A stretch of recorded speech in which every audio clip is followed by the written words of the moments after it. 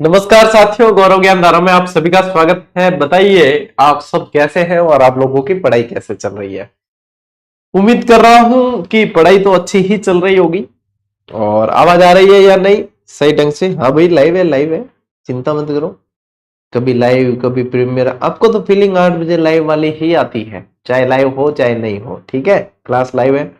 आज अपन स्पेशली लोक नाट्य पढ़ेंगे और आज जो लोक नाट्य पढ़ेंगे इस लेवल पे मैंने आज से पहले अपने इस चैनल पे कभी लोक नाट्य नहीं पढ़ा है, यानी कि पूरी डिटेल क्लास लोक नाट्यों के अपन पढ़ेंगे। अच्छा, अपनी जो जीजीडी वन लाइनर है उसी का मैटर आज मैं आप लोगों को इसमें पढ़ाने वाला हूं। तो कई सारे बच्चे क्या होते हैं, पढ़ते हैं यहां से लेकिन एक मन में एक भ्रांति सी लेकर चलते हैं और वन लाइनर कहे हो तो शायद कि वन लाइनर यानी एक पंक्ति में दे रखा है और इसमें कंसेप्ट क्लियर नहीं होंगे। तो जीजीडी वन लाइनर की तुलना आप अन्य किसी भी वन लाइनर से नहीं करें, क्योंकि इसमें दिया गया है खरा खरा भोग और इससे सिलेक्शन लिए हैं लोगों ने और सैलरी उठा रहे हैं। आप आज के कंटेंट से ही अनुमान लगा दीजिए, आज के कंटेंट के अलावा भी इसमें चीजें एक्स्ट्रा ही मिलेगी आपको। जीजीडी वन लाइनर पुस्तक में कम नहीं मिलनी है। ठीक है, हर चीज जो आप लोगों के लिए हम यहां से करते हैं उसमें सारा प्रयास किया जाता है, संपूर्ण प्रयास किया जाता है। और क्लास देख लेना, ये मैटर वही है पूरा पूरा। जिनके पास में पुस्तक है वो कहेंगे हाँ गुरुजी बिल्कुल, तो इससे अनुमान लगेगा। क्योंकि देखो अब जमाना कैसा है, जमाना है कि यदि आप किसी को पैसे दोगे तो वो आप लोगों की पुस्तक का प्रचार करेगा, नहीं तो नहीं करेगा। अपा तो भाई खुद ही धड़ीन खुद ही धोरी है। आज दिन तक किसी को ये इसके लिए पैसे नहीं दिए, मांगे कईयों ने कि हम आपकी पुस्तक सर सजेस्ट कर देंगे, हमारे पास में ऐसा चैनल है, हमारे पास में ऐसे ग्रुप है, हमारे पास में मैं भी। अगर पुस्तक को प्रचार करवा के ही बिकवानी हो तो फिर पुस्तक लिखनी ही क्यों है? और जब लिखनी ही तगड़ी है तो फिर प्रचार करवाना ही क्यों है? मारी पुस्तक मैं ही गणा हो प्रचार करने वास्ते थे और करे निकी करो मोटी, है नहीं? तो यही चीज है। बाकी आप लोग सब समझदार हो, आजकल सब जगह पेड प्रमोशन का बड़ा खेल चल रहा है तगड़ा वाला। लेकिन यूं है कि टाबर भी समझदार है, टाबरान सब ध्यान है। चलिए आज की इस क्लास का शुभारंभ करते हैं साथियों। लोक नृत्य कल अपन ने पढ़ लिए थे और आज अपन पढ़ेंगे स्पेशली लोक नाट्य। क्या पढ़ेंगे? लोक नाट्य आज अपन पढ़ने वाले हैं। ठीक टाबरो, देखियो सब पहली पहल इम पढ़ा अपा ख्याल। ठीक है, क्या ये वो नहीं है ख्याल कि हाँ मेरे जहन में एक ख्याल आया, वो वाला ख्याल नहीं है। ख्याल गायकी होती है एक तरीके से, लोक नाट्य के अंदर आता है। देखो इसमें किसी धार्मिक सामाजिक ऐतिहासिक या पौराणिक व्याख्यान को पद्यबंध किया जाता है। ठीक है, और रचनाओं की हो और अलग अलग पात्रों द्वारा गा गाकर लोक मनोरंजन हेतु लोक नाट्य के रूप में प्रस्तुत किया जाता है, जैसे कि आप ये देख पाते हो यहाँ पे। और ख्यालें कैसी है? अलग अलग है और ख्यालों से फिर प्रश्न आप लोगों के बनते हैं। देखो ख्याल एक संगीत प्रधान लोक नाट्य है। सबसे पहली विशेषता इसकी, ख्याल में दृश्य पोशाक एवं पात्र के प्रतिनिधित्व के रूप में प्रतीकात्मकता का अधिक प्रयोग होता है। अब इस तरीके से ये चीजें पूछी जा रही है, इसी तरीके से एग्जाम में प्रश्न बनाए जा रहे हैं। तो जिस तरीके से बने अपने पास में भैया सारा इलाज है। अपन चचा जबी नीम हकीम भी बन सकते हैं और डॉक्टर भी बन जाए, मतलब सभी तरीके से सभी विधाएं अपने पास में मौजूद है, सभी तरीके से पढ़े। यह लोक नाट्य की सबसे लोकप्रिय विधा है। अब देखो यहाँ पे एक चीज आप नोट करेंगे कि इससे पहले मैंने आप लोगों को एक चीज पढ़ाई थी कि गवरी मैं पढ़ा चुका हूं और गवरी का 1 मिनट शो दिया है, उसको जरूर देख लेना, वो आप लोगों के लिए मोस्ट इंपॉर्टेंट है। अब जब गवरी पढ़ा चुका हूं, गवरी के अंदर बताया था कि ये गवरी जो है सबसे प्राचीन लोक नाट्य है, इसीलिए इसको बोला जाता है लोक नाट्यों का मेरू नाट्य, सबसे प्राचीन। ठीक है, और यहां पे अपन ख्याल के अंदर क्या पढ़ते हैं कि सबसे लोकप्रिय विधा है ये। क्या विधा? इसको विद्या मत पढ़ लेना आप, विधा है। ठीक है, ये ध्यान रखना। ठीक, तो ये सबसे लोकप्रिय जो है यानी कि लोगों को सबसे ज्यादा प्रिय है। तो कि क्या है? ख्याल गायकी। ठीक है, स्क्रीनशॉट ले सको चाहे तो, और जिनके बड़े किताब पुस्तक है तो उनको जरूरत नहीं पड़ेगी, ये आप लोग उसके अंदर आप लोगों को लिखा मिलेगा। ठीक है, फिर देखो फिर आप लोगों के आती है सारी अलग अलग ख्याल है। देखो शेखावटी और चिड़ावा की ख्याल, फिर यहाँ पे आप देखोगे तो कुचामणी ख्याल, फिर देखोगे तो हेला ख्याल, फिर देखोगे तो अली बख्शी ख्याल, फिर भेंट के दंगल, ये भी ख्याल के अंदर ही आता है। और यही चीजें इस तरीके से आप लोगों को, अब यूं है कि हमने इसको इतना मतलब इस मैटर को पुस्तकों के अंदर डालते तो इतना परिष्कृत किया है, इसके ऊपर इतनी मेहनत की है कि वन लाइनर भी हम कहते हैं तो कंसेप्ट बच्चों का जरूर क्लियर होता है, और कंसेप्ट कह दिया तब तो भैया वास्तव में ही कंसेप्ट मिल ही जाता है उनको। तो सभी तरह की मतलब यूं है कि मेरा ये रहता है कि मैं हर शैली में पुस्तक लिखता हूँ, डिटेल वाली भी, शॉर्ट भी, ये तो जिसकी विधा जैसी होती है, जिसके पढ़ने का तरीका जैसा होता है, बच्चे उसको लेकर आराम से पढ़ सकते हैं। सब पहले देखो शेखावाटी और चिड़ावा के ख्याल। अब शेखावाटी कह दियो तो आपने सीकर तो आएगा ही आएगा, और फिर चिड़ावा भी है, यानी कि मिक्स। ये क्षेत्र देखो, सीकर, खंडेला, चिड़ावा, जायल, इन क्षेत्रों के अंदर ये प्रसिद्ध है। ख्यालों में पूछेंगे क्या, सबसे पहले पूछेंगे एरिया कौन सा है, कौन से एरिया में कौन सी ख्याल है, ठीक है, तो ये एरिया है। चिड़ावा के स्वर्गीय नानूलाल राणा और दूलिया राणा ख्याल के, इस ख्याल के लोकनाट्य के प्रसिद्ध कलाकार रहे। किसकी बात हो रही है, शेखावाटी की ख्याल की बात हो रही है। तो यहां से मोस्ट इंपॉर्टेंट निकलता है आपके नानूलाल राणा और दूलिया राणा, ये पूछते हैं। इनकी ख्याल मंडली में इस विधा को सर्व प्रसिद्ध किया था, और नानूलाल ने हरिश्चंद्र, जयदेव कलाली, हीर रांझा, भर्तरी, ढोला मरवण आदि ख्यालों की रचना की थी। और इस तरीके से आप लोगों को अब ये चीजें पूछने वाले हैं। इसीलिए इस लोकनाट्य को मैं लोकनाट्य डिटेल में पहली बार ही पढ़ा रहा हूं इस चैनल पे, तो इसलिए पूरी डिटेल के साथ ही आया हूं कि ये चीजें इस तरीके से पढ़नी है आप लोगों को, ठीक है। हाँ, क्लास लाइव है। कुचामनी ख्याल, कुचामनी ख्याल, अब जैसा कि यहां से आप देख लोगे तो कुचामन आ जाएगा, तो आप लोगों को सीधा पता चलेगा कि कुचामनी ख्याल अपन देखेंगे तो डीडवाना, कुचामन, नागौर, वहां पे ज्यादा इसका प्रचलन है। इस ख्याल शैली में सबसे ज्यादा प्रश्न यही पूछा जाता है, इसको मोस्ट इंपॉर्टेंट लगाओ, वेरी मोस्ट इंपॉर्टेंट लगाओ, कि कुचामनी में आप लोगों को लच्छी राम जी से संबंधित सवाल ही पूछते हैं। लिख कर ले लो, आने वाले 3 एग्जाम में से किसी एक में छपेगा, मतलब आने वाले जैसे 3 परीक्षाएं होगी उसमें से एक में फिर छपेगा कि कुचामनी ख्याल के प्रवर्तक कौन, लच्छी राम जी। क्या ध्यान रखोगे, लच्छी राम जी। तो यहाँ पे च और छ ध्यान रखो, आप च छ याद रख लोगे तो आपको ध्यान रह जाएगा। कुचामनी के अंदर च है, यहाँ पे भी च छ है, तो ये तरीका है। इसके अंदर देखो गोगा चौहान, मीरा मंगल, राव रेणमल, इन ख्यालों की जो है जायन इसके अंदर होता है, इनकी स्थापना की इन्होंने। और इस ख्याल का ओपेरा जैसा रूप है, ये इसकी विशेषता है। उगमराज इस ख्याल के प्रसिद्ध कलाकार हैं, उगमराज इस ख्याल के प्रसिद्ध कलाकार है, ये ध्यान रखना, आपको कुचामनी ख्याल की बात हो रही है, ठीक है। फिर देखो हेला ख्याल। अब हेले मतलब है लंबी टेर, ठीक है, या मारवाड़ी में क्या है कि हेलो दानी, तो वो हेलो मतलब लंबी टेर है।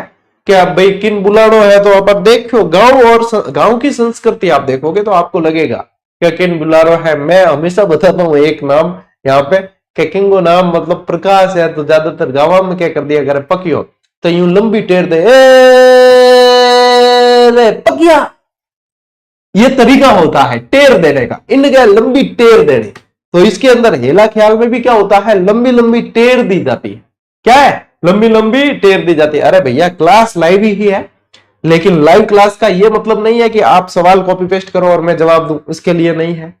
क्लास है पढ़ने के लिए, आप पढ़ो, कॉपी पेस्ट चाहे कितना ही करो, जवाब नहीं देंगे, तब आपको लगेगा लाइव नहीं है। बिल्कुल लाइव है, आप लोगों के कमेंट मुझे नजर भी आ रहे, लेकिन थे तो हो जाओगे गुरुजी लाइव हो क्या, क्या हाँ लाइव है बेटा, क्या दे सवाल दे दबा दब, ये पुस्तक कब, वो कब, ये फलानी ढिमकी, बीएसटीसी फीएसटीसी के आएंगे, तो इसके लिए लाइव नहीं है, इसके लिए लाइव नहीं है।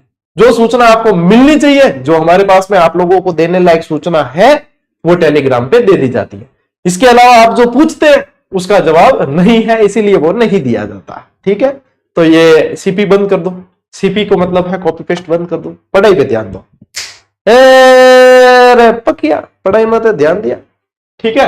राजस्थान में हेला से आशय है लंबी टेर देना, यानी लंबी आवाज देना, इसको हेला के मारना के क्या है, हेलो दे बिन, तो यानी बुला, हेलो दे, तो हेलो दे बुला, इनके हेला ख्याल। इस ख्याल के मुख्य प्रवर्तक कौन है, हेला शायर, शायर हेला कह देते हैं, हेला शायर। ये दौसा, ये मोस्ट इंपोर्टेंट है कि ये होती का है, ये दौसा, लालसो और सवाई माधोपुर आदि क्षेत्रों में प्रचलित है। इसके अंदर जो वाद्य यंत्र है वो नौबत, वाद्य यंत्र है वो नौबत। आवाज आ रही है बेटा, कहीं कोई समस्या नहीं है, नौबत वाद्य यंत्र है, ठीक है।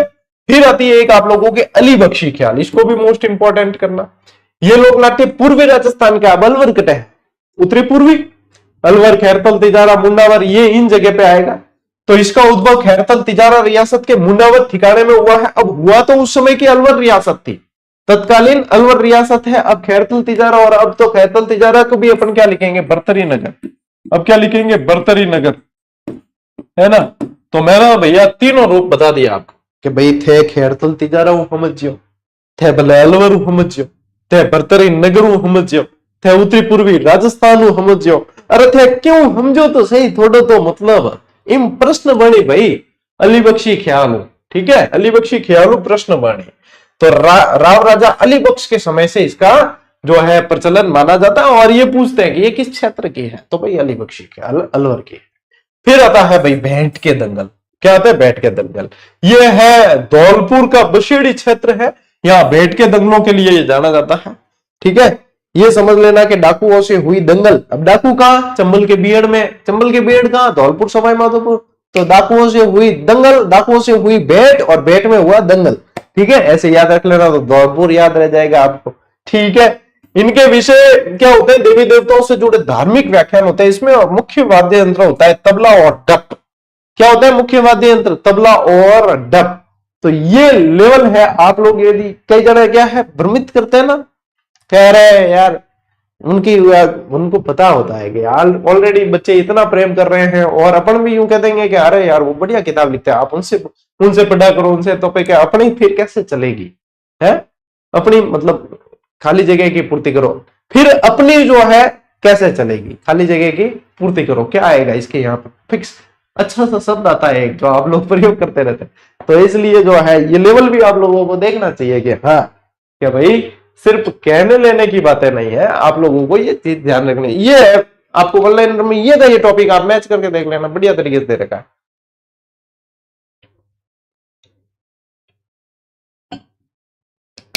खाली जगह की पूर्ति करनी है कि सारे बच्चे यदि इनसे पढ़ेंगे तो अपनी खाली जगह कैसे चलेगी, क्लास नहीं आएगा उसकी जगह सब। अच्छा आप लोग प्रयोग करते रहते हैं। आगे बढ़े, ओके ठीक है। पीडीएफ सप्ताह की साथ में दी जाएगी आपको, चिंता मत करो, ठीक है। चलिए हाँ आगे बढ़ते हैं। देखो कन्हैया ख्याल, इसके बाद में कन्हैया ख्याल। कन्हैया ख्याल की तो मैंने आप लोगों को अभी, आप जैसे कई जने नए जुड़े होंगे टेलीग्राम में, पहले नए जुड़े होंगे तो फिर मैंने एक वीडियो भी डाला था कन्हैया ख्याल का। तो कन्हैया ख्याल का बहुत शानदार जो है एक वीडियो डाला था, ओरिजिनल जहां से ख्याल होती है वहां से। हाँ एक टावर कमेंट करियो है, बिल्कुल सही है वो, ठीक है। हाँ दुकान ये ख्याल रामायण और महाभारत के आख्यानों पर आधारित है।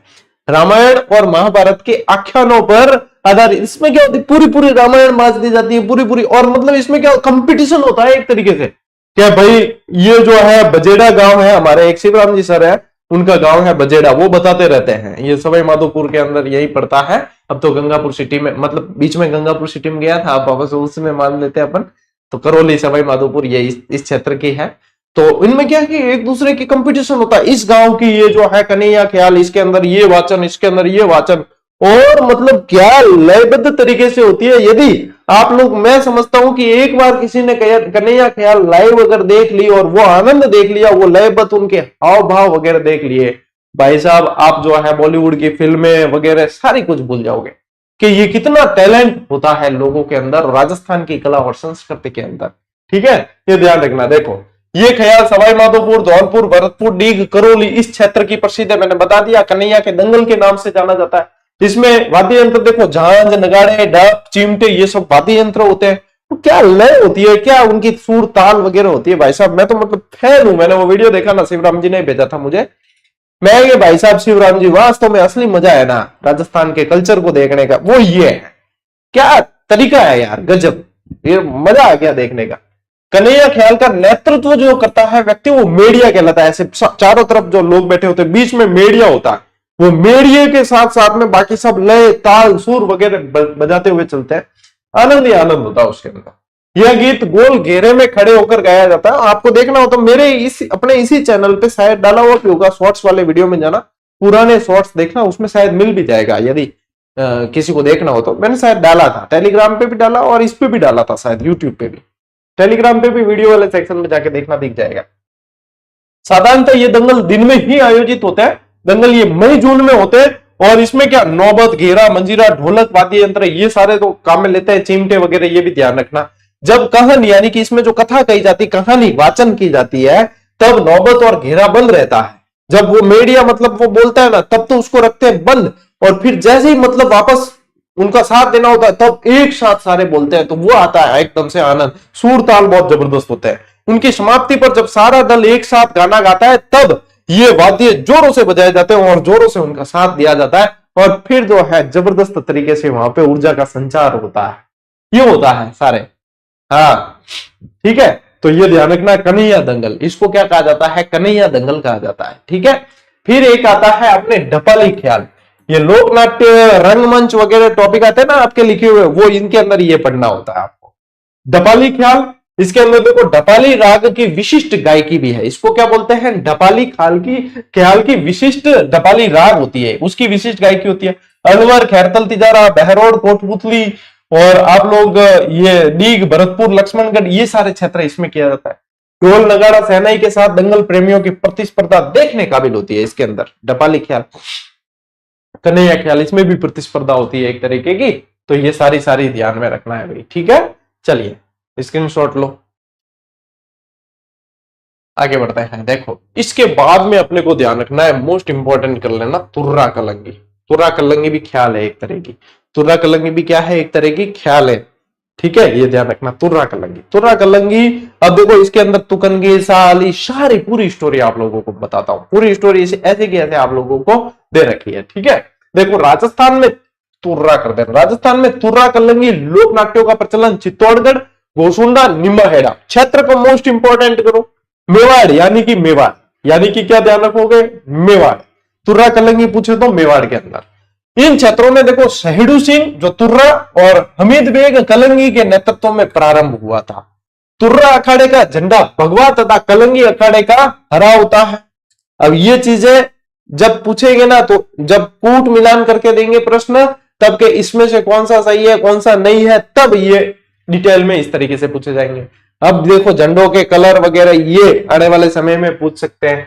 तुर्रा कलंगी ख्यालों के दंगल में दोनों पक्ष सामने सामने बैठकर प्रतिस्पर्धा के रूप में संवाद करते हैं, जिसे बैठक या गम्मत का गाना कहते हैं। क्या कहते हैं? बैठक या गम्मत का गाना इसे कहा जाता है। ठीक है, और देखो मध्य प्रदेश के चंदेरी गांव के हिंदू संत तुकनगिर और मुस्लिम संत शाह अली इस नाट्य विद्या के प्रवर्तक माने जाते हैं।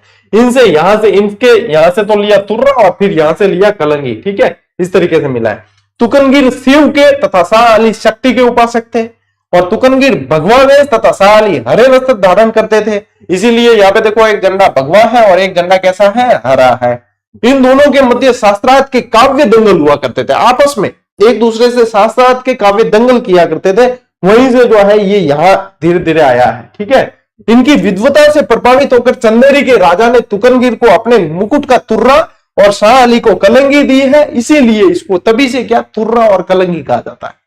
तुर्रा और कलंगी कहां से? यहां से मोस्ट इंपॉर्टेंट कर देना। यदि नहीं पढ़ा हो तो अपने बताओ ये चीज, ये मैटर अपने जीजीडी वन लाइनर में कौन से पेज नंबर पे दे रखी है? जो अभी पढ़ रहे हैं सामने जिनके पढ़िए किताब, तो कौन से पेज नंबर पे?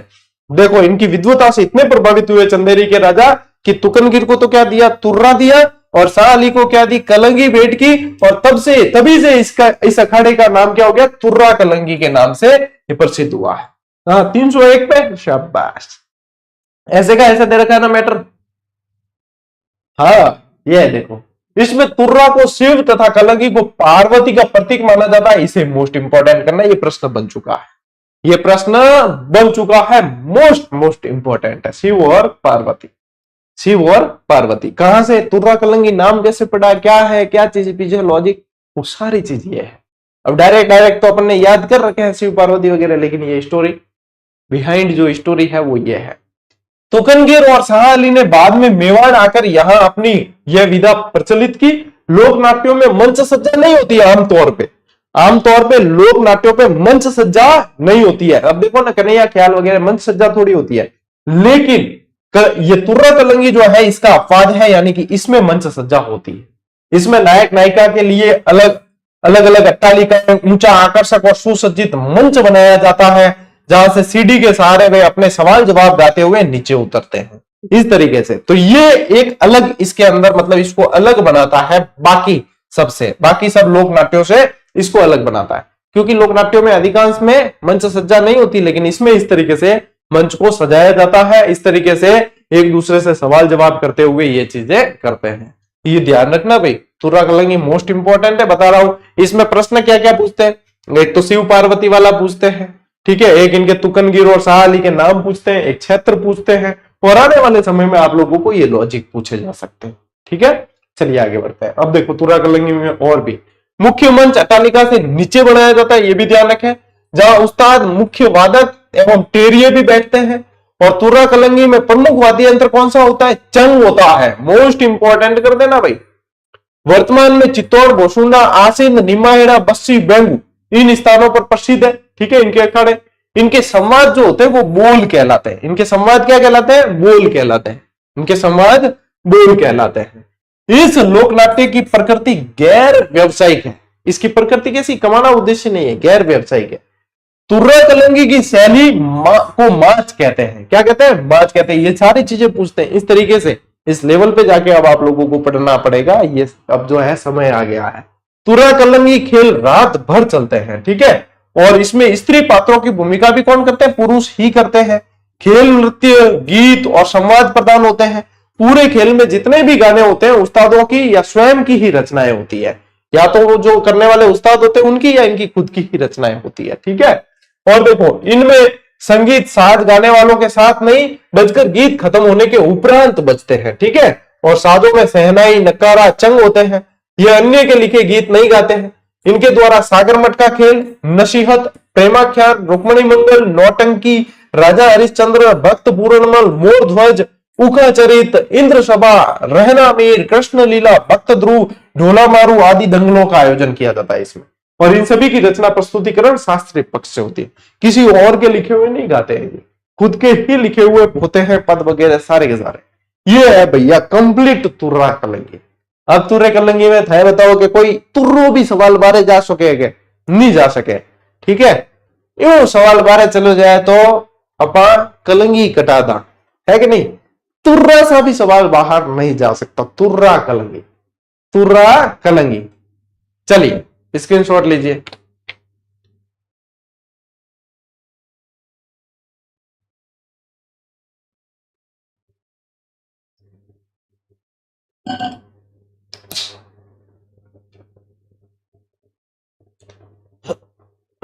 चले आगे।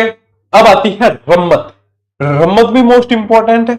जैसे तुर्रा कलंगी का पूरा आपने डिटेल पढ़ी है, वैसे ही रम्मत की भी पूरी डिटेल आप लोगों को ध्यान रखनी है। ठीक है ना, लोकनाट्य आने वाले समय में बहुत अच्छी तरीके से पूछे जाएंगे। यह एक खेल होता है जो ऐतिहासिक पौराणिक काव्य रचनाओं पर आधारित होता है। इसे खेलने वाले खिलाड़ कहलाते हैं। और यह प्रश्न बन चुका है, मोस्ट इंपॉर्टेंट, यह प्रश्न आप लोगों के बन चुका है खिलाड़ वाला। ठीक है, यह प्रश्न खिलाड़ वाला बन चुका है। रम्मत प्रारंभ होने से पूर्व रम्मत के मुख्य कलाकार मंच पर आकर बैठ जाते हैं ताकि दर्शक उन्हें उनकी वेशभूषा और मेकअप को देख सके। शाबाश, देखिए मतलब उन्होंने किस तरीके से तैयार हुए। मेकअप कहने मतलब वो है कि वो किस तरीके से तैयार हुए, उन्होंने कैसे जो है अपने आप को सजाया है, कैसे किस तरीके से उन्होंने वेशभूषाएं धारण की है। तो पहले ही मतलब शुरू होने से पहले यार बैठ जाइए। और दर्शकों क्या हालचाल है यार, मतलब क्या अब निहारो हमें, तारीफ करो बस, ओ उसके वो ड्रेस देखो, ओ उसने कैसे मेकअप किया है। ये दर्शकों का भाई ये मनोरंजन के लिए भी तो है भाई, तो यूं आकर बैठ जाते हैं। रम्मत के शुरू होने से पूर्व रामदेव जी का भजन गाया जाता है। इसके मुख्य गीतों का संबंध चौमासा, वर्षा ऋतु का वर्णन, लावणी और गणपति वंदना से है। ठीक है, आयो मजो। हाँ, तो ये ध्यान रखना अपने को, ये सारे ठीक है। फिर इस लोकनाट्य का उद्गम ध्यान रखना आपको बीकानेर से है। मोस्ट इंपॉर्टेंट कर देना भाई इस लाइन को। ठीक है, हाँ, बीकानेर में रम्मतों का मंचन पाटों पर होता है, तो इसलिए इसको कह देते हैं पाटा संस्कृति। और पाटा संस्कृति की देन बीकानेर ही मानी जाती है। हाँ, आचार्यों की चौक भी बीकानेर। श्री मणिराम व्यास, फागु महाराज, सुआ महाराज, तुलसीराम आदि कलाकारों ने इसमें महत्वपूर्ण योगदान दिया है। रम्मत एक संगीत नाट्य होता है। बीकानेर में ही आचार्यों का चौक रम्मतों के लिए सर्वाधिक प्रसिद्ध और सुव्यवस्थित अखाड़ा है। ठीक है, आचार्यों का चौक, इससे प्रश्न बनता है आचार्यों का चौक किसके लिए प्रसिद्ध है, रम्मत के लिए प्रसिद्ध है। कहां, बीकानेर के अंदर। तो सारी चीजें जो है आप लोगों को ध्यान रखनी है। चलिए पढ़ो भाई पढ़ो। 41,000 पद खाली है वरिष्ठ अध्यापक के अंदर। और मैं तो देखो आप लोगों के लिए अभी भी, कईयों ने तो आस छोड़ दी, कईयों ने तो मतलब प्रयास छोड़ दिए, लेकिन मैं तो अभी भी आप लोगों के लिए इक्का दुक्का वीडियो तो किसका ही देता हूं। मेरे को पता है कि आला कमान जो जहां जहां भी बैठे हैं, जिनको देखना चाहिए वो देख रहे हैं। तभी आप लोगों ने देखा होगा कि एक अभी आज बयान भी आया है कि भाई साहब 7,000 के बाद में एक तुरंत पीछे पीछे और दूसरी वैकेंसी ग्रेड 3 की निकालेंगे। और आप देखेंगे कि डीपीसी का प्रोसेस भी फास्ट कर लिया गया है। डीपीसी का भाई साहब सुनाई सबको देता है, सुनते सब है, दिखाई सबको देता है, देखते भी सब है। इसलिए प्रयास कभी भी छोड़ने नहीं चाहिए। कई जना कहना ना अरे यार कुछ भी नहीं होगा, मैं कहता हूं होगा। और तब तक प्रयास करो जब तक कि होता नहीं। जब प्रयास करना छोड़ना क्यों है। और मैं कहूं कि देखो मैंने अभी भी मैं भी आप लोगों के लिए कल जैसे वो 41,000 पद वाला वीडियो बनाया। अब आज खुला कहता क्या हम नहीं जानते गणित क्या होगी, हम नहीं जानते आधे पद आप ऐसे भरो, आधे वैकेंसी निकालो की करो। मेरे तो भाई साहब टबर के गुरुजी वैकेंसी निकलवाओ, वैकेंसी कम है तो मैं तो यहाँ ही वीडियो बनावा, मैं तो यहाँ ही छाती माते मूंग दड़ा थे तो काटो वैकेंसी। मेरे टावरों की इच्छा पूरी हो जाई। ये कह दे गुरुजी धन्यवाद, आपके प्रयास सफल हुए, इच्छा हमारी पूरी हुई, जरा मैं वीडियो बनाना छोड़ दा। और भाई गलत चीज को हम सपोर्ट करते नहीं और सही चीज को सपोर्ट करने से चूकते नहीं, सीधी सट। ठीक है तो बेटा चाहे दूसरे कोई प्रयास करना छोड़ दे चाहे कैसे भी, लेकिन आपका ये भाई आपके लिए हमेशा प्रयास करता ही रहेगा। ठीक है ना। अभी कल ही 41,000 वाला वीडियो डाला, आज बयान आया है एक, आप लोगों ने देखा होगा क्या भाई 7,000 के बाद में एक और वैकेंसी कार्ड आ रहा है, टेंशन मत करो रहा है, फटाक आए। प्रयास यही होते हैं भाई, है ना। और अभी तो और भी प्रयास करेंगे, आप चिंता मत करो। आप तो कमर कस के ही रहो, आप लोगों को नौकरी लगना ही लगना है। आगे बढ़ते हैं। रम्मते होली पर फाल्गुन शुक्ला अष्टमी से चतुर्दशी तक 14 तक जो है आयोजित की जाती है। ठीक है। और रम्मतों में आचार्यों के चौक की अमर सिंह राठौड़ी रम्मत, बारे गुआड़ की हेडो मेरी की रम्मत और रावलों की रम्मत आदि प्रसिद्ध है। कोमा लगा देना। ठीक है। और यहाँ पे ये आ गई बारे गुआड़ की हेडो मेरी की रम्मत और रावलों की रम्मत आदि प्रसिद्ध है, ये ध्यान रखना। जैसलमेर के तेज कवि ने रम्मतों का अखाड़ा प्रारंभ किया था। मोस्ट इंपोर्टेंट कर देना इस लाइन को। और ये ध्यान रखो स्वतंत्रता भावनी ये पूछा जाता है तेज कवि की, ये पूछा जाता है तेज कवि की। ठीक है। तेज कवि ने स्वतंत्रता भावनी, मूमल, जोगी बर्तरी, छैले तंबोलन इत्यादि रम्मतों की रचना की। अब देखो ज्यादातर अपन जो है ये ध्यान रखना स्वतंत्रता भावनी, जबकि तेज कवि की ही और भी है, मूमल, जोगी बर्तरी, छैले तंबोलन इत्यादि। तेज कवि की ये जो है सबसे ज्यादा प्रसिद्ध है और पूछी भी गई है, इसलिए इस पे ज्यादा ध्यान रहता है। हेडो मेरी की रम्मत का सूत्रपात स्वर्गीय जवाहरलाल जी पुरोहित ने किया था। किसने किया? जवाहरलाल जी पुरोहित ने। Most important. रम्मत के मुख्य वाद्य के अंदर नगाड़ा और ढोलक होते हैं और रम्मतें मुख्य रूप से इन क्षेत्रों में पुष्करमा ब्राह्मणों द्वारा खेली जाती है। एक एक लाइन आप लोग यदि पढ़ोगे ना ध्यान से तो ऐसा लगेगा कि कौन सी मोस्ट इंपोर्टेंट है और कौन सी नहीं छोड़े हम। सारी की सारी हमें तो मोस्ट इंपोर्टेंट लगती है। अरे तो भैया छांटी उड़ो मैटर है, सारी ही याद करनी है। रम्मतें यहाँ जो है आपको ध्यान रखना पुष्करमा ब्राह्मणों द्वारा। आपको ये अपने एडो मेरी रम्मत भी याद करनी है, आपको स्वतंत्रता भावनी भी याद करनी है, आपको सारी की सारी याद करनी पड़ेगी। रम्मतें रात्रि 11-12 बजे से सुबह तक चलती है, 11-12 बजे सुबह शुरू होती है, सुबह तक चलती है। रम्मत आज भी गैर पेशेवर सामुदायिक लोक नाट्य का रूप लिए हुए इस तरीके से रम्मतों का आयोजन किया जाता है। साथ में भी भाई फोटोड़ा देखा नहीं तो ऑडियो विजुअल बहुत जल्दी चीजें समझ में आ जाए। अब ये चीजें आप लोगों ने पुस्तक में पढ़ी हुई है, मैं कह रहा हूं मेरी ही पुस्तक में चाहे आप लोगों ने ये सारी चीज पढ़ी है, लेकिन इतना ध्यान नहीं जाता। ध्यान तब जाता है कि हाँ अपने पसंदीदा माशा पढ़ा रहे अड़ के एक तरीको है, अरे बोलिया ए बोल भी जो कोई अपन यार हमें याद होगी यार, कभी बैठा बैठा हो अपन 4 बार पढ़ी है तो भी याद नहीं हुई। गुरुजी एक बार होते हैं चीजें दिमाग में छप गई है, क्या जादू है जादू। शिव जी ने बोला है कि भाई ये जादू तुम्हें दिखाना ही दिखाना है, तो इसलिए इनको पढ़ाना ही पढ़ाना है। देखो स्क्रीनशॉट, भोले बाबा का आशीर्वाद है आप तक सीधा ही पहुंचेगा भाई।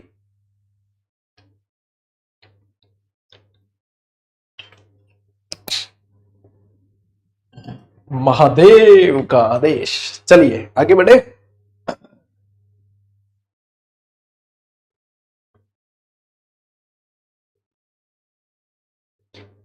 ओके, देखिए अब आप कई बार कह दिया करा ना, कोई मतलब थोड़ा नाटक करे तो नौटंकी मत कर, या कहा करा ना नौटंकी मत कर। तो नौटंकी भी एक लोक नाट्य है। क्या है? कोई थोड़ा मतलब ज्यादा नाटक लिया करे, पजावन लग जाए तो इनके आगे अरे नौटंकी करता है, नौटंकी मत करे। तो नौटंकी नामक जो लोक नाट्य है, ये स्पेशली आप देखोगे तो महाराष्ट्र का है। ये कहां का है? अपने महाराष्ट्र क्या, उत्तर प्रदेश का है। तमाशा महाराष्ट्र का है, ठीक है। तो उत्तर प्रदेश से लिया गया इसको। लोक नाट्य इसका प्रदर्शन अक्सर विवाह, मेले, त्योहार, मांगलिक अवसर, नुमाइश और सामाजिक उत्सवों पर किया जाता है। यह खेल देखो भरतपुर, डीग, धौलपुर, करौली, खैरतल, तिजारा, कोटपुतली, बहरोड, अलवर, सवाई माधोपुर, इन जगह पर होता है। क्योंकि ये क्या है, हाथरसी नौटंकी बहुत प्रसिद्ध है, तो उसके लगते हुए क्षेत्रों में ये किया जाता है। भरतपुर, डीग, धौलपुर में नत्थाराम की मंडली द्वारा नौटंकी का खेल दिखाया जाता है। मोस्ट इंपॉर्टेंट कर लो, नया और आने वाले समय का अच्छा प्रश्न बन सकता है। यह नौटंकी उत्तर प्रदेश की हाथरसी नौटंकी से प्रभावित है, ठीक है। यह ध्यान रखना है, हाथरसी नौटंकी से। राजस्थान में नौटंकी का प्रचलन डीग निवासी भूरीलाल ने किया, और जो पूर्व में हाथरस में नौटंकी करते थे, इसको भाई साहब जितना मोस्ट इंपॉर्टेंट का आपका साइन हो ना, जो कि अति महत्वपूर्ण का साइन हो, वो यहां पे लगा देना। ये डीग निवासी भूरीलाल जी आप लोगों को सवाल भाई 1 नंबर दिला कर जाएंगे एग्जाम हॉल में, मोस्ट इंपॉर्टेंट है, ठीक है।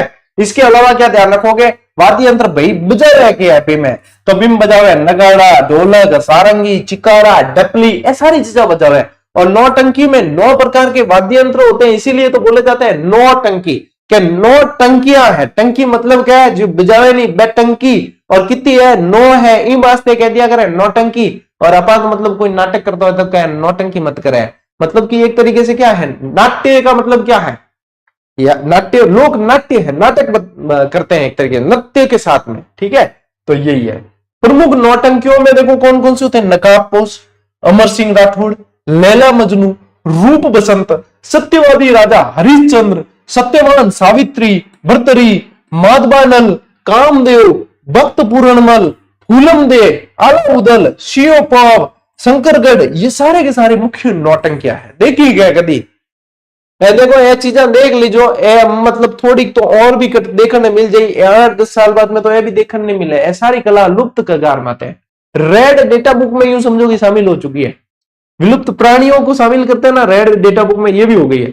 अब आप लोगों को देखना, सर्कस कहीं देखने को मिलते हैं क्या? बहुत ही कम, रेयरेस्ट। अब आप लोगों को सर्कस देखने को मिलेंगे, बहुत कम। कल जानते ही नहीं लोग सर्कस में। पहले जो ये करतब दिखाते थे, अब करतब लोगों के शरीर में इतनी जो आया लचक रही नहीं है, करतब दिखा देंगे। और अपन ने देखे हैं सर्कस, अपन ने उस पल को जिए, अपन ने सर्कस देखे हैं, जादूगर देखे हैं। अपना बचपन तो भैया बहुत गोल्डन टाइम पीरियड था। आजकल के बच्चों का बचपन क्या है, खाली कार्टून में देख सकते हैं सर्कस वगैरह। तो ये चीजें यदि कहीं देखने को मिले तो चूकना ही मत। मैं तो खुद सोच रहा हूं कि अब की तो भाई एक पशु मेला पुष्कर वाला अभी मैं चूक गया। मेरा क्या है कि मदर की तबीयत वगैरह ठीक नहीं थी, तो बाकी मैं तो पुष्कर मेला इस बार देखने का पूरा विचार था, तो अगली बार तो पक्का ही देखूंगा। अपने तो कला संस्कृति को पढ़ाते हैं, तो जीने की इच्छा होती है इसको, इसलिए जीते भी है इसको। जब मौका मिलता है जो चीजें देख लेते हैं, ठीक है। और जब मैं देखूंगा तो आपको भी दिखाई दूंगा, है ना। आधुनिक जमाने में महिला कलाकारों ने भी अपनी अदाएं दिखाना प्रारंभ किया। इसमें गिरिराज प्रसाद, मोस्ट इंपॉर्टेंट करना, कामा के थे ये, ठीक है। कामा वाले ही कहते थे इनको। नौटंकी के लिए प्रसिद्ध खिलाड़ी है, और नौटंकी और रामलीला राजस्थान के पूर्वी भाग में ज्यादा लोकप्रिय है, क्योंकि ये लिए ही वहां उत्तर प्रदेश से, पूर्वी भाग से ही लिए हुए हैं, ठीक है। तो ये ध्यान रखें भाई, ठीक है। चलो भाई स्क्रीनशॉट लो। गिरिराज प्रसाद ध्यान रखो, भूरीलाल याद रखो, इसके अंदर ये मोस्ट इंपॉर्टेंट चीजें हैं। अब देखो तमाशा, ये तमाशा जो है ना, ये महाराष्ट्र से लिया है। ये कहां से लिया है? अब आप कोई नाटक कर रहे थे, यूं भी कहते उसने तो तमाशा कर दिया पूरा पूरा। तमाशा यानी कि लोग देखने लगे। तमाशा किया यानी कि उसने कुछ ऐसा किया कि लोग देखने लगे। तमाशा भी जहां होता है लोग देखने लगते हैं, तो इसलिए कहते हैं तमाशा। तो ये देखो, ये प्राचीन फोटो है तमाशे का, ठीक है, उस समय का फोटो है। एक तो प्राचीन फोटो लाया मैंने आप लोगों को, एक नवीन भी लाया है। राजस्थान में तमाशा लोकनाट्य का सर्वप्रथम प्रारंभ जयपुर राज्य के महाराजा प्रताप सिंह के काल में हुआ था। ये उसी समय का फोटो।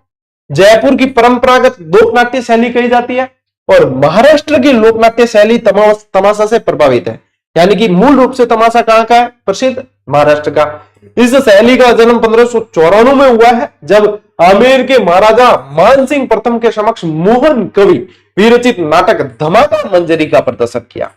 धमाका मंजरी का प्रदर्शन किया 1594 में, ठीक है। लेकिन जयपुर में व्यवस्थित रूप से शुरू हुआ है वो हुआ है प्रताप सिंह के काल में, ठीक है।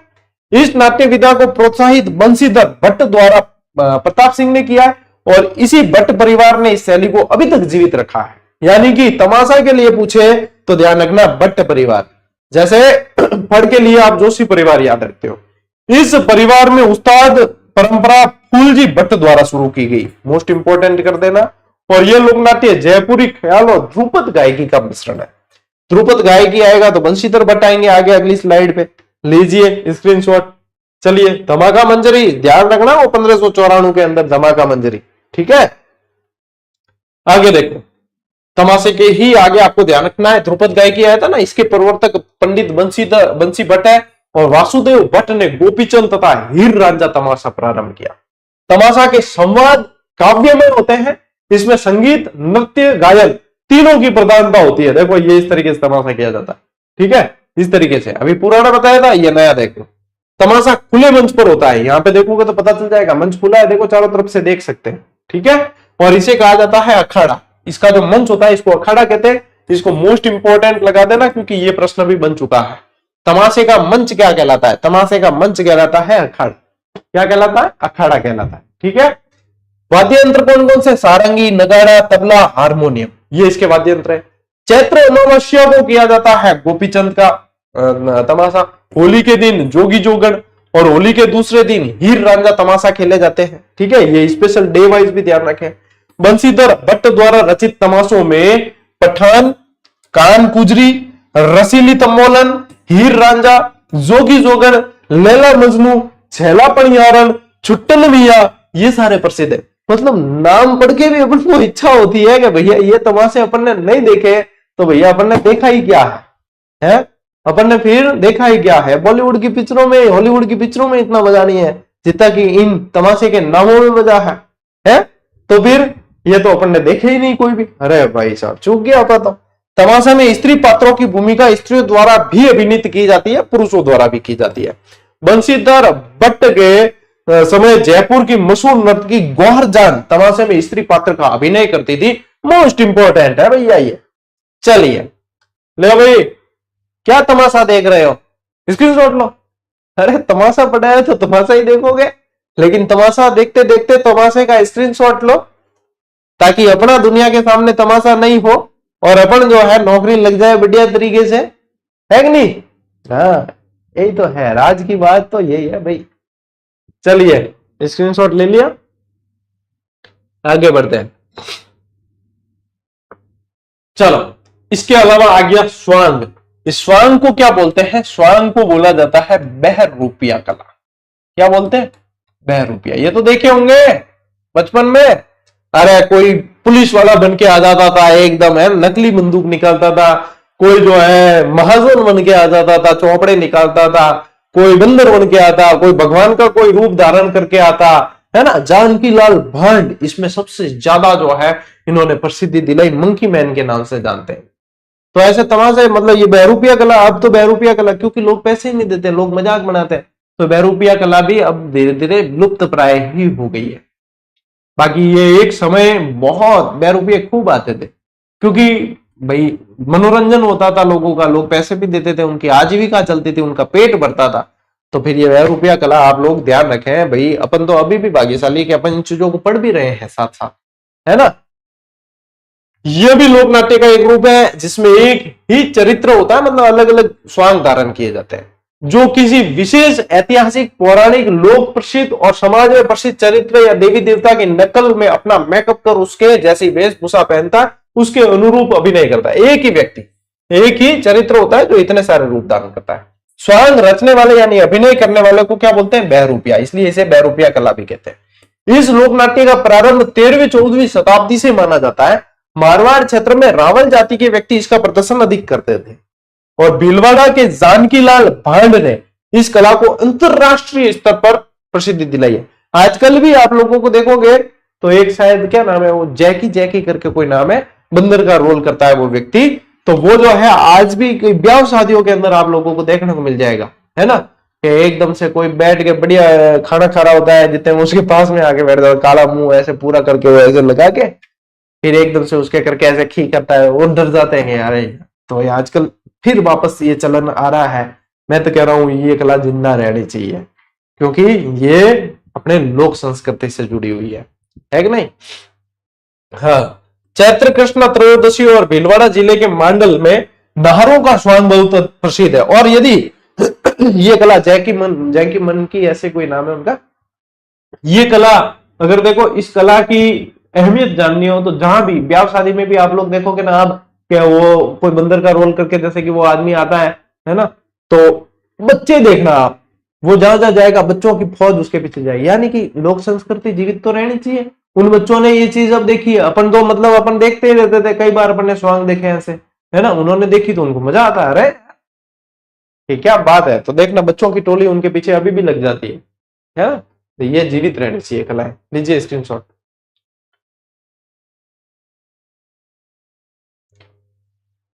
फिर देखो लीलाएं, लीलाएं दो तरह की पढ़नी है, एक तो रामलीला, एक रासलीला, दोनों ही अलग अलग है, रामलीला और रासलीला। रासलीला जब पढ़ेंगे तो कृष्ण से संबंधित, और रामलीला जब पढ़ेंगे तो भगवान श्री राम से संबंधित। इसके दो रूप होते हैं, एक रासलीला एक रामलीला। अब बात करते हैं रासलीला की, तो श्री कृष्ण के जीवन चरित्र पर आधारित है। इसकी उत्पत्ति वल्लभाचार्य द्वारा की गई। इसमें श्री कृष्ण के जीवन की विविध लीलाएं अभिनीत होती है। इसमें नृत्य एवं संगीत प्रबल होता है। राजस्थान में शिवलाल कुमावत ने इसे विशेष स्वरूप प्रदान किया। इसे मोस्ट इंपॉर्टेंट करना, रासलीला के अंदर शिवलाल कुमावत आप मोस्ट इंपॉर्टेंट करेंगे, अति महत्वपूर्ण। ठीक है, चलिए आगे बढ़ते हैं। फिर देखो राजस्थान में फुलेरा इन लीलाओं का मुख्य केंद्र रहा है, इसको मोस्ट इंपॉर्टेंट करो। वस्तुतः रासलीला में सभी नौरंगों का समावेश पाया जाता है। डीग और भरतपुर जिले में रासलीलाओं का आयोजन बहुत ज्यादा होता है। इस क्षेत्र में हरगोविंद स्वामी और रामसुख स्वामी के रासलीला मंडल अत्यधिक प्रसिद्ध है, इसे भी मोस्ट इंपोर्टेंट करो। वर्तमान में यह पूछा जाएगा, ये दोनों व्यक्ति ब्रज भाषा में रासलीलाओं का क्या करते हैं, प्रदर्शन करते हैं, रासलीलाओं का प्रदर्शन करते हैं ब्रज भाषा में। अब ब्रज यानी कि ब्रज से लगने वाले जिले, क्या डीग भरतपुर वगैरह ये ब्रज से लगते हैं, तो ब्रज से लगने वाले जो जिले हैं वो सारे के सारे, यहाँ पे भाषा भी ब्रज भाषा चलती है। रामलीला में भगवान श्री राम के जीवन चरित्र पर आधारित लोकनाट्य है। इसका प्रारंभ गोस्वामी तुलसीदास द्वारा किया गया, और रामलीला का प्रारंभ जो है रासलीला के बाद हुआ है, रामलीला का प्रारंभ। ठीक है, हाँ, ऐसे कि नहीं कि आप तुलना करने लग जाओगे, नहीं गुरुजी राम जी का जन्म तो पहले हुआ था, अरे ये लोकनाट्य की बात हो रही है। बिसाऊ, पाटुदा, भरतपुर और डीग की रामलीलाएं अपनी मुख्य विशेषता, मतलब इनकी बहुत विविधता है। और इसमें भी मोस्ट इंपॉर्टेंट करो कि बिसाऊ की तो रामलीला मुखाभिनय पर आधारित है। मुखाभिनय यानी कि मुख यानी कि गुंगा अभिनय, बिना बोल के हाव भाव से अभिनय के ऊपर आधारित है। और संगीत बजता है, सुर ताल उनके साथ में पूरे के पूरा यह अभिनय किया जाता है, मूक रामलीला बोलते हैं इसको। ठीक है, चलिए स्क्रीनशॉट लो भैया। अब देखो इसके अलावा देखो ये मोस्ट इंपॉर्टेंट करना, इसे भी सनकादिकों की लीलाएं, घोषुना एवं बस्सी इस प्रकार की लीलाओं के लिए मुख्य अखाड़े हैं। और आबू क्षेत्र में गरासी गणगौर पर गौर लीला करते हैं, ये सनकादिकों की लीला है। ठीक है, और चार बैत, ये जो फोटो आप देख पा रहे हो ये चार बैत का है। चार बैत पूछे तो इसमें पूछेंगे कहां की प्रसिद्ध है, तो चार बैत टोंक की। ठीक है, ये आप देख पा रहे हो, देखो यहाँ पे देखो कि आपको पठानी जो है काव्य विधा दिखेगी, तो ये पठानी मूल की काव्य प्रधान लोकनाट्य विधा है। फोटो लाने का तात्पर्य ये है कि आप थोड़ा सा जो है आप इसमें सीधा देखते ही आपको पता चल जाएगा क्या, हाँ भाई पठान साहब दिख रहे हैं तो यानी पठानी। इसका प्रारंभ टोंक के नवाब फैजुल्ला खां के समय अब्दुल करीम खां और खलीफा करीम खां नियन के समय हुआ है। मोस्ट इंपोर्टेंट करते ना इन दोनों को, अब्दुल करीम खां और फैजुल्ला करीम खां। ठीक है, यह दंगल रूपी लोकनाट्य है। इसमें गायक पात्र ढप बजाता है और घुटनों के बल खड़े होकर अपनी बात गाकर प्रस्तुत करता है। देखो घुटनों के बल बैठे, ये ढप बजा रहे हैं, देख लो ये पूरे का पूरा चित्रांकन, ये चित्र इसको बता रहा है कि भैया ये चीजें सही है। रसिया दंगल भरतपुर और डीग में, रसिया दंगल भरतपुर और डीग क्षेत्र में खेले जाते हैं। ये रसिया दंगल अलग से लिखना, ठीक है, ये भी इंपॉर्टेंट है। तो ये चार बैत और रसिया दंगल को अलग अलग लिखना। मोस्ट इंपॉर्टेंट है, ये फोटो देख लो सारी चीज समझ में आ जाएगी।